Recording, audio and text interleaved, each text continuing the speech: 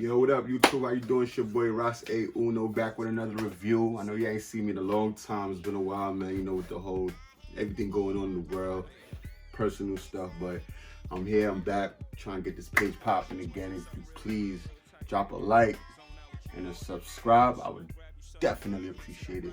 But let's get into it, man. This is spoiler free. Well, what's a spoiler for you might not be a spoiler for me, so watch in your own discretion. Anyway, I'm gonna try to keep it spoiler free as possible. Anyway, so I caught a screening last night. The movie officially debuts today, but I caught a screening last night. Show y'all a little 1-2. Yeah. Dope. I ain't gonna lie, they went crazy for the cup. I like the cup. Popcorn, I ain't eat all of this. Went by myself, so I wasted a lot of popcorn. I couldn't eat that by myself, but anyway. So we got the Batman 2022 directed by Matt Reeves, starring, Robert Pattinson as the Batman. We got Zoe Kravitz as Selena Kyle. We got Paul Dano as the Riddler. We got Colin Farrell as the Penguin. Jeffrey Wright as James Gordon. Now, I don't want to be that guy, but I like the movie. Don't get it twisted. I like the movie. But they disappointed me, man. You know what I'm saying? Like, this is a whole different take on Batman. I understand that. They went the whole detective route. So basically, you just got a police officer in a Batman suit. That's what you're getting for the whole movie. It's not really a lot of fighting, but when the fighting goes down, it's serious. The sound effects, the angles, there's no shaky cam. They're not shaking, cutting the scene. You really get to see how Batman get it in, but you don't get that a lot. You get a lot of detective trying to use his, his brains to crack the riddles. The Riddler, he was a good villain. Scary villain. They never had a scary villain. We all had the crazy villains in these Batman movies, all that. Strategic. But he's strategic and crazy, like scary crazy. You're going to be shook with this guy. You ain't going to know what he's going to do next. But I have a gripe with the Riddler. So, with Batman, you expect some form of entertainment with Batman. I felt like the movie was just too boring. Like, the talking is what takes you out of the movie. It's like, why are we still talking about this? This conversation is going on. Let's see, talking right there. That was one of the talking. Too much talking. This shit was too short. Talking. Mad talking. Anyway, Alfred didn't really get his just due. You don't really get to see that relationship with him and Bruce Wayne. You don't really get to see that. Alfred only gets like 3 scenes of that. And Bruce Wayne is pretty much an asshole to Alfred. You'll see that on your own time. But one of the bright spots to me, in my opinion, with this movie was the Penguin, which was played by Colin Farrell. Colin Farrell, you won't even know that it's him, but he's the only piece of entertainment in this whole movie. And I know it's not fair, but let's be real here. Everybody's gonna try to compare this movie to The Dark Knight. Like, let's be real. One of the elements that made The Dark Knight so crazy is that you are entertained by the Joker.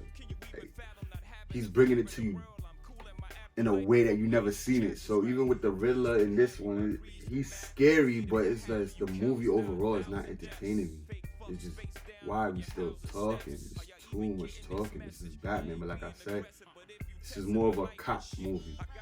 It's a detective movie. They're trying to really emphasize Batman's ability to be a detective. Cool, I get that.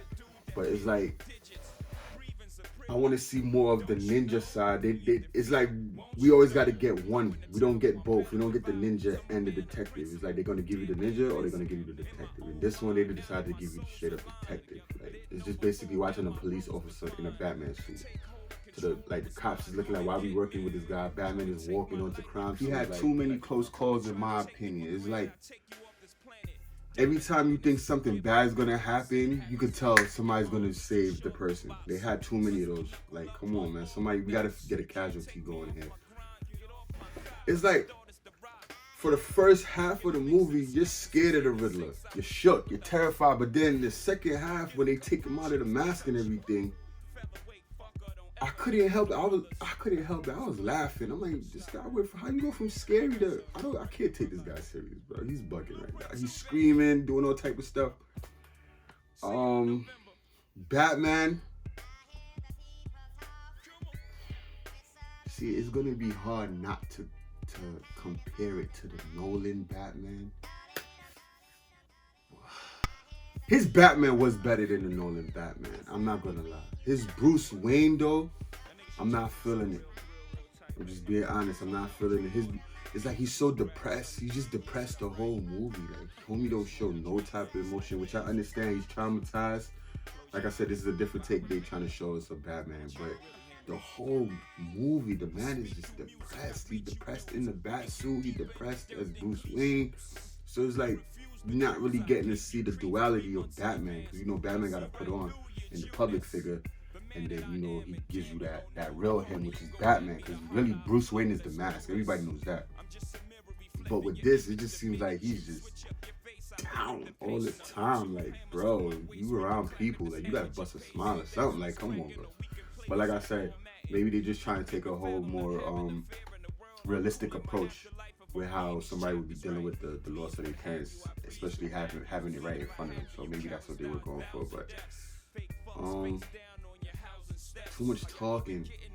Yeah, man, it was just too much dialogue. A lot of the dialogue, it's a 3-hour movie, so I'm pretty sure there are a few parts that they could have cut out, because a lot of the conversations just felt like it's just conversations going on too much, bro. Like, he's still talking to this girl, and then Batman and Bruce Wayne, he just moves slow all the time. Like, it'll take him a good